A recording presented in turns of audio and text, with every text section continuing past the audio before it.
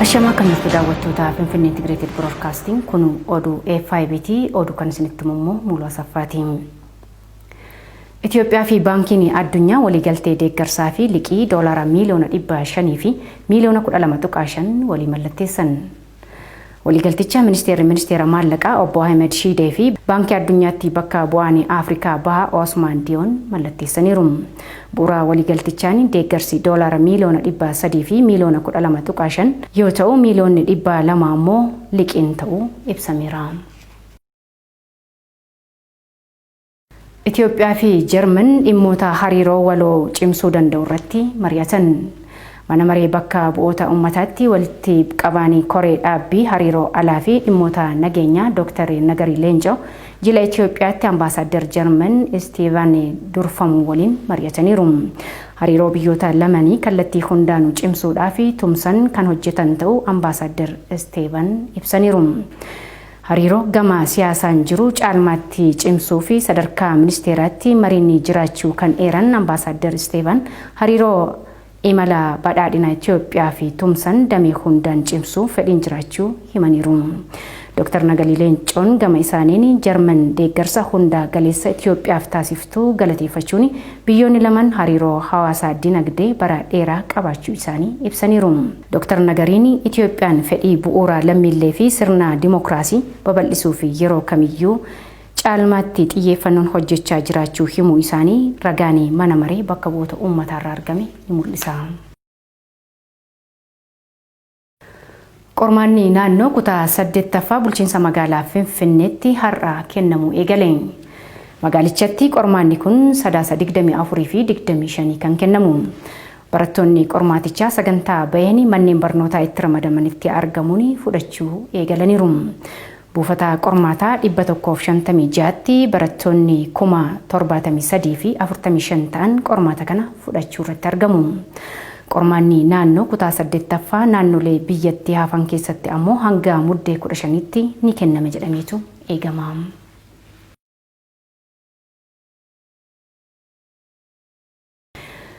Yuunivarsiitiin Salaalee barnoota sababa vaayirasii koronaatiin addaan kutee ture deebisee jalqabsiisuu beeksise.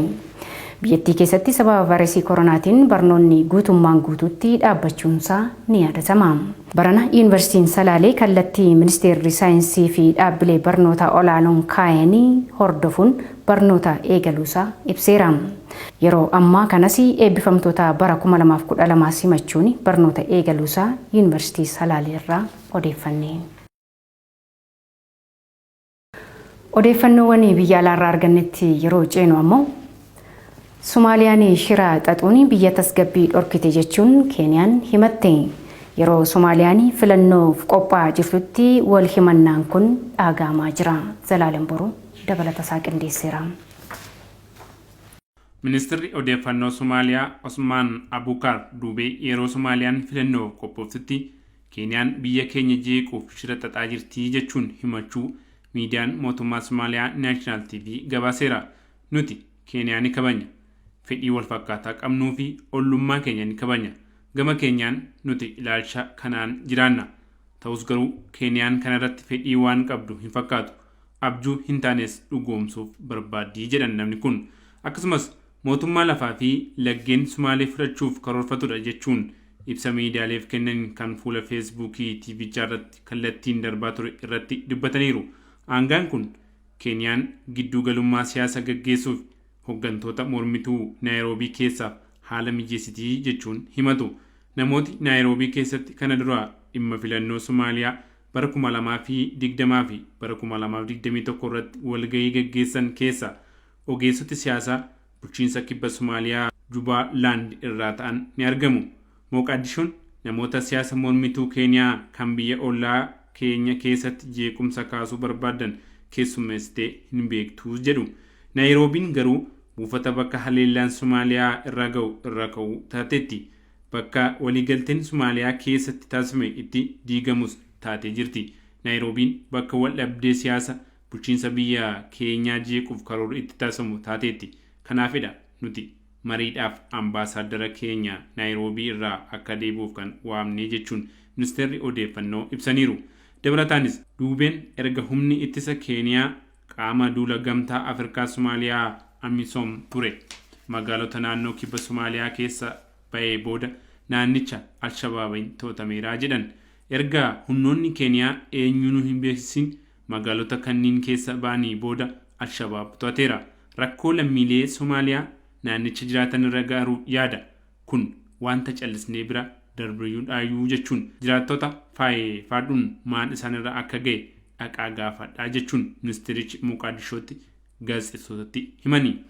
Erga humnoonni Keeniyaa eenyuun hin beeksisin magaalota kanneen keessaa ba'anii booda Alshabaab to'ateera jetti Somaaliyaan.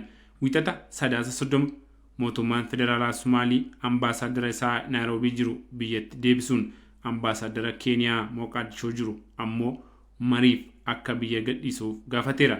Ministeerri Haajaa Alaa Keeniyaa garuu himannaa dhimma biyya keessaa fi siyaasa Somaaliyaa gidduu galuu irratti dhiyaate haaleera. Hariiroon Keeniyaa fi Somaaliyaa jidduu jiru sababa bakka garba Indiyaa irraa kiiloomeetira iskuweerii 150 ta'ee fi kuusaa boba'aa guddaa qabuun dhiyootti booreera jechuun kan gabaase BBCdha.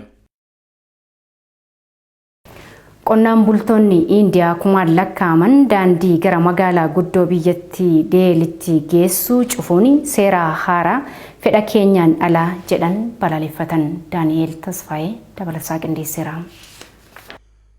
Surri miseensi poolisii Indiyaa maanguddoo amantii Siikiyaa hordofan irratti ulee poolisii osoo aggaamuu kaafamee agarsiisu mormii qonnaan bultoota Indiyaa tibba kanaa ta'ee jira.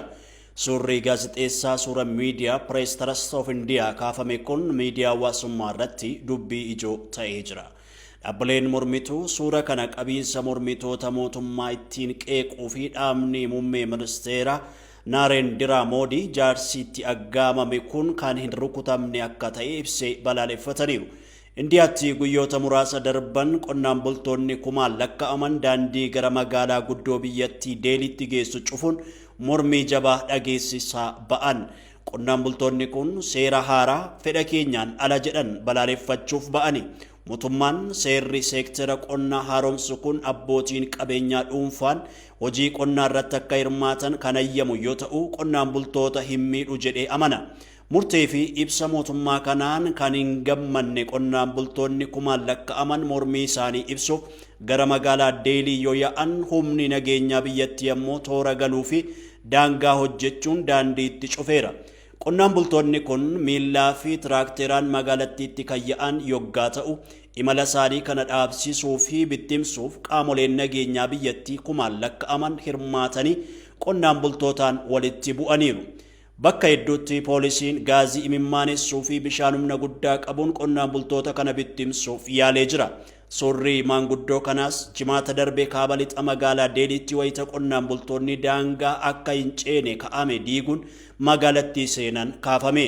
Gaazexeessaan suuraa Ravi Chaudhary suura amma dubbii ijoo ta'e kaase kun marsariitii dhugummaa odeeffannoo qoratu Boomlive akka himetti wayita suura kana kaasu qonnaan bultoonni daangaa ka'ame diiguun konkolaataanis miidhameera. Poolisiin mormitoota rukuchuu eegaluu fi maanguddoon itti aggaamames rukutamuu isaanii dabalee himeera. Suurri kun Tiwiitara, Instaagiraamii fi Feesbuukii irra gadhiifame namoota kumoota hedduun qoodamee jira. Nama suuricha kaase dabalatee namoonni hedduun dhaadannoo bara 1965 beekamu Jaayijaawan Jaay Kiisaan loltuu dinqisiifadhaa qonnaan bulaa dinqisiifadhaa jedhu suura waliin dabaluun gadhiisaniiru. Dhaadannoon kun bara 1965 muummee ministeera Indiyaa duraanii Laal Bahadur Shaastrii lola Indiyaa fi Paakistaan wal lolan irratti ga'ee biyya ijaaruu keessatti loltuu fi qonnaan bulaan qaban ibsuuf itti fayyadaman ture. Qondaalli gameessi dhaaba mormituu Raahul Gaandii suura baay'ee nama gaddisiisudha. Dhaadannoon keenya Jaayijaawan Jaay Kiisaan har'a garuu ofittummaa muummee ministeera Moodii irraa kan ka'e loltoonni qonnaan bultoota irratti ka'anii kun baay'ee hamaadha jedhan. Qondaalli IT dhaaba biyya bulchaa jiru BJP Amit Malviyaa viidiyoo sekondii 3 miidiyaa hawaasummaa irratti qooduun wanti qondaalli mormituu jedhan dhugaa miti jaarsi hin dhaanamne propoogaandaadha jedhan. Marsariitiin dhugummaa odeeffannoo qoratu viidiyoo dheeraa gadhiisee fi jaarsa irratti aggaamame suurri isaanii mul'atu dubbisuun maanguddoon kun inumaayyuu qaamolee nageenyaa lamaan dhaanamuu fi qaamni isaanii miidhamuu gabaaseera. Wixata darbe muummeen ministeera Kanaadaa Justin Trudeau haala Indiyaan mormii kana keessummeessaa jirtu isaan yaaddessuu ibsuun biyyi isaanii mirga namootaa nagaan mormii ibsatanii yeroo mara akka deeggartu himan. Ministeerri Haajaalaa Indiyaas deebii hatattamaa yaada kana irratti kenneen odeeffannoo ga'aa malee yaada kennamee fi kan bu'uura hin qabne jedhee jira. chaayinaan garee baayiden irratti dhiibbaa uumuu fi dhamaa jiraachuun ishee himame. chaayinaan dhiyeenya kana aangoo kan fudhatan bulchiinsa pirezidaantii Ameerikaa Joo Baayiden irratti dhiibbaa uumuudhaaf dhamaa jiraachuu aangawoonni nageenya Ameerikaa beeksisaniiru. Dhaabbata nageenya biyyaalessaa Ameerikaa keessatti maamila kan ta'an Wiiliyaam Ivaanaan akka ibsanitti chaayinaan garee baayiden keessatti namoota hojjetan kaayyoo godhachuu ishee kaasaniiru. Dabalataanis chaayinaan talaallii vaayirasii koronaa argachuuf tattaaffii gochuu fi filannoo dhiyeenya kana gaggeeffame gidduu galuudhaaf tattaaffii taasisuu ishee kan ibsanii. Ivaanaan bulchiinsichi dhiibbaa kana hubachuu qaba jedhaniiru. Daawwattoota FIB oduuleen FIBdhaaf jennee qindeeffannee kanneen fakkaatu qophiilee FIB hafan hordofaa gama kootiin Nagaasaa Mulasaffaan ture.